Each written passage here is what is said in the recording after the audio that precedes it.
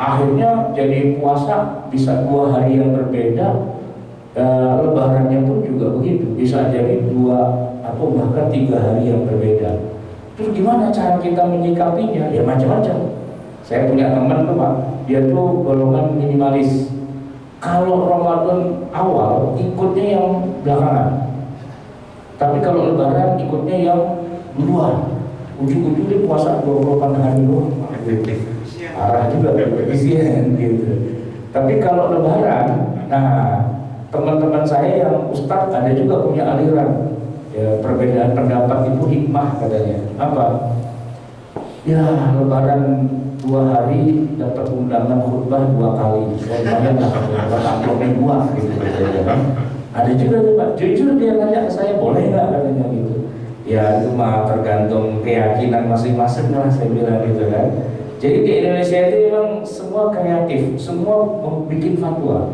Yang lucu Pak, kita punya Majelis Ulama Indonesia ya. Majelis Ulama itu ternyata pecah-pecah juga, bukan pecah maksudnya ada pusat, ada provinsi ya kan. Bahkan sampai tingkat kecamatan Setiabudi itu ada kan. Dan di setiap jenjang fatwanya beda-beda. Bingung kita gitu kan. Kata MUI boleh katanya. MUI yang mana dulu nih? MUI kabupatennya saya gitu. Kabupaten sebelahnya bilang enggak gitu kan. Banyak khilafiyah kayak gitu. Nah jadi ya kita kadang-kadang dibuat bingung juga tuh dengan adanya banyak perbedaan itu. Tapi balik lagi, walaupun berbeda, yang tidak boleh itu saling menjelekkan, saling mencaci dan sebagainya. Dan memang dari dulu para ulama tidak mengharamkan adanya perbedaan. Yang diharamkan itu berantem, pecah, ya kan, satu sama lain saling menjelekkan. Nah itu nggak boleh. Tapi kalau lu gua, ayolah gitu istilahnya. Itu jadi masalah. Kita Pak di sini ya, subuh yang kunut yang enggak santai aja, ya kan? Bapak nggak merasa terusik kan kalau misalnya biasanya nggak kunut tapi imamnya kunut, ribut nggak Pak? Santai aja, ya kan? Nggak ada yang komplain gitu. Kecuali yang terlalu fanatik anti kunut sama yang sangat kunut, nah itu memang agak koslet tuh Pak. Imam kunut Pak, ya, dia anti kunut. Ngomel nih Pak, alah imam pakai kunut segala, ya kan, ngelama-ngelamain aja. Udahlah saya sujud duluan, ntar kita ketemuan di bawah. Itu nggak bisa lah kayak gitu kan, nggak bisa ngotot kayak gitu kan. Ya jadi kalau mau, ya udah sabar, biarin imamnya baca kunut, dia berdiri aja. Kalau tidak mau kunut, ya nggak usah diamini, ya kan, cukup diam aja. Allahumma hdina fiman hadait. Yang pada kunut jawab amin, wa'afina fiman amin, amin. Nah kalau anda anti kunut, ya sudah, diam aja, nggak usah pakai bereaksi yang negatif. Allahumma hdina fiman hadait, tidak amin, wa'afina fiman tidak amin, gitu kan. Itu kan namanya ngajak berantem, gitu kan. Nah begitu juga kalau imamnya anti kunut berdua, gitu ya. Jawabannya gitu. Imamnya tidak kunut, ya kan. Nah ini saya baru pulang umroh kemarin tuh menarik Pak, di Masjidil Haram, di Masjidil Haram Mekah dan di Masjid Nabawi beberapa imam mereka kan mazhabnya Hambali, mereka tidak kunut tapi iktidalnya lama. Ya agak sujud-sujud juga perasaan dari tadi iktidal. Oh ternyata kode Pak dia, ya dalam hati yang kunut-kunut mau pada tutupin nih gitu Pak. Jadi iya, saya udah karena udah beberapa kali umrah udah tahu. Jadi karena saya misalnya kunut gitu ya, imamnya iktidal, saya kunut aja gitu. Orang pada bingung, ngapain? Ya kunut Pak gitu kan. Ngomongnya sesudah sholat, bukan dari sholat gitu. Oh gitu. Nah, jadi jelas gitu ya kan. Dan gak usah berantem gitu gara-gara yang satu kunut yang satu enggak. Itu kan memang karena kita udah belajar semua istilahnya jurus-jurusnya udah kita kuasain semua, ya santai aja, nggak perlu jadi bahan keributan. Udah jam 1 lewat ya, cukup barangkali ya. Kita tutup dengan hamdalah. Ada pertanyaan? Masih mungkin atau enggak? Ada yang mau bertanya? Masih silakan.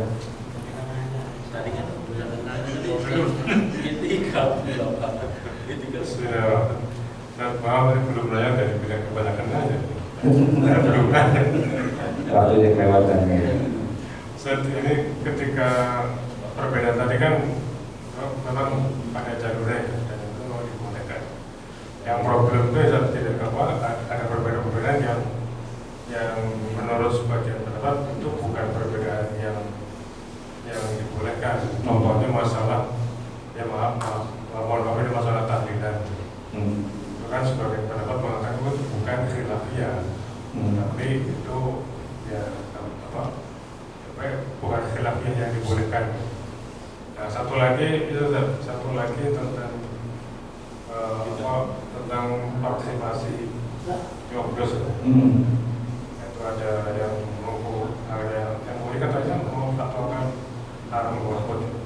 Nah, sebagian pendapat mengatakan haram nyoblos justru karena itu sistem demokrasi. Mohon caranya. Ya kalau tahlilan itu disepakati haramnya oleh teman-teman kita yang Salafi, Wahabi, Muhammadiyah, Persis itu udah sepakat haram, nggak boleh. Bahkan berkat tahlilan itu pun difatwakan lebih haram dari babi. Ya, saya punya murid saya gitu ya, orang tuanya tuh Persis dua-duanya. Persis kan rada-rada garis keras gitu kan. Ya, bukan Persis gitu. Nah, saya kan orang Betawi mah nggak lepas dari tahlilan, pagi sore siang malam tahlilan gitu kan. Saya pulang bawa berkat nih gitu kan. Nah besek gitu kan, yuk makan gitu. Pas lagi makan saya tanya, enggak ikut makan gitu. Enggak Pak Ustaz. Kenapa? Puasa? Enggak sih gitu kan. Nah saya heran kenapa enggak makan gitu. Lama-lama saya ajak ngobrol, ini Pak Ustaz kalau di rumah saya kalau ini dari tahlilan itu lebih haram dari Bali, ini dari Bali.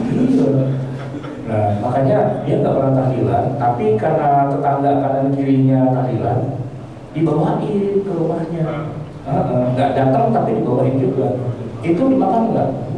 Kita buang tong sampah, kasih kucing begitu. Sampai segitunya lu anti tahlilan gitu kan? Nah itu ada ya kayak gitu, ya kan? Tuduhannya adalah pertama itu menyembah berhala, ya kan, mengikuti agama Hindu, Buddha, gitu-gitulah itu tuduhannya kayak gitu. Tapi kalau saya kan dari kecil udah tahlilan, memang tukang tahlil gitu kan, mau mari bawa berkat gitu kan. Kapan kita nyembah berhala? Enggak. Kalau nggak ada contohnya dari Nabi, oh iya, memang nggak ada contoh dari Nabi. Tapi kan banyak banget amaliyah kita yang tidak ada contohnya dari Nabi. Contohnya nih Pak, sholat nih contohnya kan. Ini kan garis-garis saf di masjid ini kan juga bid'ah. Mana ada kayak gini? Nggak ada. Di zaman Nabi itu nggak ada karpet, Pak. Ya kan? Bid'ah juga, gitu kan? Asli juga. Iya. Iya, di zaman Nabi Pak, orang masuk ke masjid itu dia pakai sandal, pakai sepatu. Karena nggak ada karpetnya, nggak ada keramiknya, jadi sholatnya itu pakai sepatu. Nah kalau sekarang ini orang masuk masjid sendal dilepas di luar, tempat penitipan sendal itu bid'ah gitu. Di zaman Nabi itu nggak ada tempat penitipan sendal gitu kan. Tapi sekarang pertanyaan gini, coba sebutkan di mana ada masjid hari ini yang persis kayak masjid Nabi, yang tidak ada karpet, tidak ada tapi cuma tanah aja. Nggak ketemu kan Pak. Bahkan Masjid Nabawi pun sekarang juga karpetnya tebal banget gitu kan. Masjidil Haram juga gitu. Tapi kemarin saya ketemu Pak, ada satu masjid kecil aja, itu sesuai dengan sunnah Nabi Pak. Kok ada karpetnya, nggak ada keramiknya, cuma tanah doang, bahkan nggak ada atapnya. Emang masjid belum jadi? Ini masjid sunnah nih sebenarnya. Ya sesuai dengan sunnah Nabi loh, ya nggak ada atapnya gitu. Cuman yang agak kurang sunnahnya dia ada kotak amal. Nah, saya bilang inilah satu-satunya membuat batal nih kesunahannya gitu kan. Ayo Pak Ustadz nyumbang biar kita jangan mangkrak gitu kan. Tadinya saya mau nyumbang, tapi saya mikir kalau saya nyumbang kan dibeli keramik, gas sunnah lagi dong gitu kan. Nggak jadi nyumbang kan. Terus gimana nggak jadi nyumbang? Ntar kalau yang dibeli keramik ini nggak jadi sunnah nih masjidnya kan gitu. Nah kayak gitu-gitu kan Pak, debatable sebenarnya, ya kan? Debatable. Artinya kalau masalah ada contohnya dari zaman Nabi apa enggak, nah itu silakan diperdebatkan gitu. Termasuk juga misalnya di Masjidil Haram, ya Masjid Nabawi yang sekarang itu Pak, itu juga nggak sesuai sunnah itu kalau mereka sholat, ya sholat Idul Fitri, Idul Adha. Emang Nabi pernah ngerjainnya di Masjid Nabawi? Nggak pernah. Nabi mengerjakannya di padang pasir. Tapi sekarang Pak, di Madinah atau di Mekah nggak ketemu sholat itu di padang pasir, itu nggak ketemu. Dikerjainnya di masjid.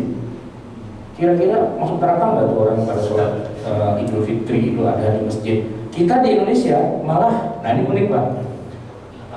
Iya, masjidnya ada, nggak dipakai. Yang dipakai lapangannya, gitu, ya kan? Tadinya saya berpikir Masjid Nabawi, kan halaman juga luas ya. Masjidnya nggak dipakai, halamannya doang. Ternyata dipakai Pak masjidnya. Saya sholat Idul Fitri di Masjidil Haram, Masjid Nabawi beberapa kali di dalam masjid Pak, gitu. Saya bilang, Syekh, ini nggak benar. Kalau di zaman Nabi sholat ini sokorok di padang pasir, bukan di dalam masjid, gitu. Kenapa ada di dalam masjid, gitu? Gimana Pak jawabannya? Jadi bilang gini, di zaman Nabi Masjid Nabawi cuma seumplet gini.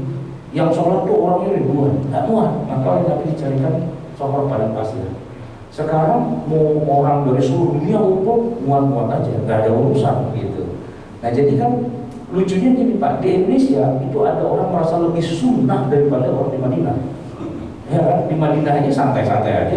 Masjidil Haram, Masjid Nabawi itu dipakai buat sholat Idul Fitri, Idul Adha, nggak dikosongin. Di sini saya masuk Masjid Agung Al Azhar, dia sholatnya di jalanan, masjidnya nggak dipakai, gitu. Ya itu istihad kan, ya udah terserah dia mau pakai mau enggak kan urusan dia gitu kan. Tapi kalau Anda mengatakan bahwa yang sholat Idul Fitri di dalam masjid juga sudah sunnah, coba berantem dulu sama Raja Salman, ya kan? Nah mereka pakai itu Masjidil Haram, Masjid Nabawi, nggak ada nih keluar dari Madinah gitu kan, wah di Bir Ali di lapangan padang pasir, pada sholat di sini enggak. Mereka pada sholatnya di masjid, gitu kan? Lucu juga di Indonesia misalnya. Sholat Jumat itu kan sholat Jumat ya? Azan sekali per 2 kali Pak? Sesuai dengan sunnah Rasul kan? Di Masjid Nabawi itu 2 kali Pak. Sekarang ini di tengah orang Wahabi sewahabi-wahabinya azannya 2 kali. Gitu. Di Masjid di Mekah juga 2 kali azannya, di Masjid Nabawi juga 2 kali. Jadi itu kan debatable gitu sebenarnya kan? Kita nggak bisa mengotot bahwa sesuai dengan sunnah. Nah yang paling sunnah yang di Madinah pun nggak juga kayak kita juga gitu. Jadi oke Pak, memang wilayah yang debatable itu cukup banyak gitu istilahnya. Jadi ya kita harus ya katakanlah memahami ada perbedaan seperti itu. Yang kedua tadi apa ya? Pertanyaan. Oh iya. Saya nggak tahu ya. Tapi kalau kayak NII terus HTI dan sebagainya kan mereka menganggap negara ini kafir. Ya kan, maka Anda berpartisipasi ikut pemilu ya Anda berarti masuk jadi orang kafir kan gitu kan.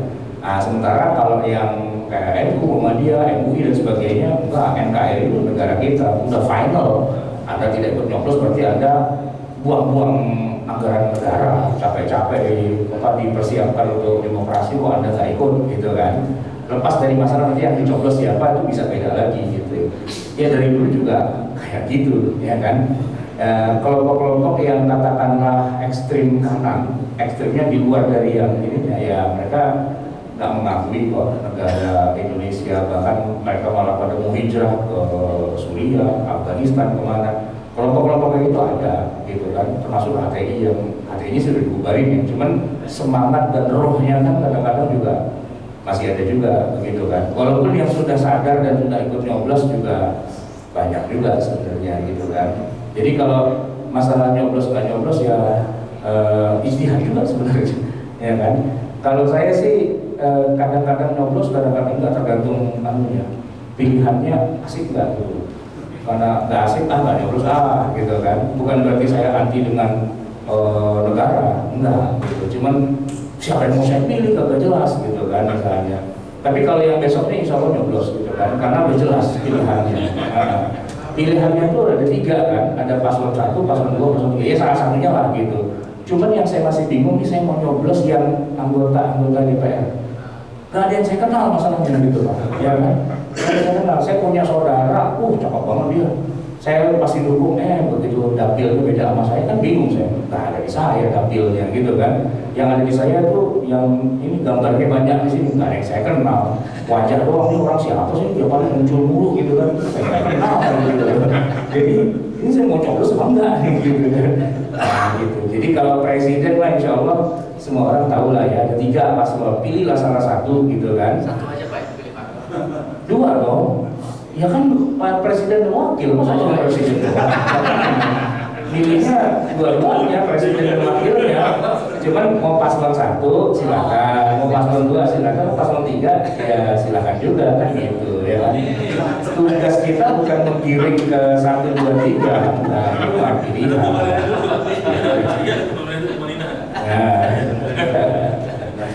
Oke ya, mungkin sudah cukup juga jam 1. Kita tutup dengan doa Bismillahirrahmanirrahim. Alhamdulillahirabbil alamin, hamdan wa fi ni'amahu wa yukafi mazidah. Ya Rabbana lakal hamdu wa lakal syukru kama yanbaghi li jalali wajhika wa li'azimi sultanik. Allahumma shalli wa sallim wa barik ala sayyidina Muhammadin wa ala ali sayyidina Muhammad. Rabbana zalamna anfusana wa illam taghfir lana wa tarhamna lanakunanna minal khasirin. Rabbana amanna bima anzalta wa taba'na ar-rasula faktubna ma'asy syahidin. Rabbana la tuzigh qulubana ba'da idh hadaytana wa hab lana min ladunka rahmatan innaka antal wahhab. Rabbana atina fid dunya hasanah wa fil akhirati hasanah wa qina 'adzabannar. Wa sallallahu ala sayyidina Muhammadin wa ala alihi wa sallam walhamdulillahi rabbil alamin. Assalamualaikum warahmatullahi wabarakatuh. Waalaikumsalam warahmatullahi wabarakatuh. Mudah-mudahan kajian ini bisa menginspirasi iman kita, dan insya Allah untuk Senin besok ketemu dengan Ustaz Dr. Ahmad Juraidi. Terima kasih. Assalamualaikum warahmatullahi wabarakatuh.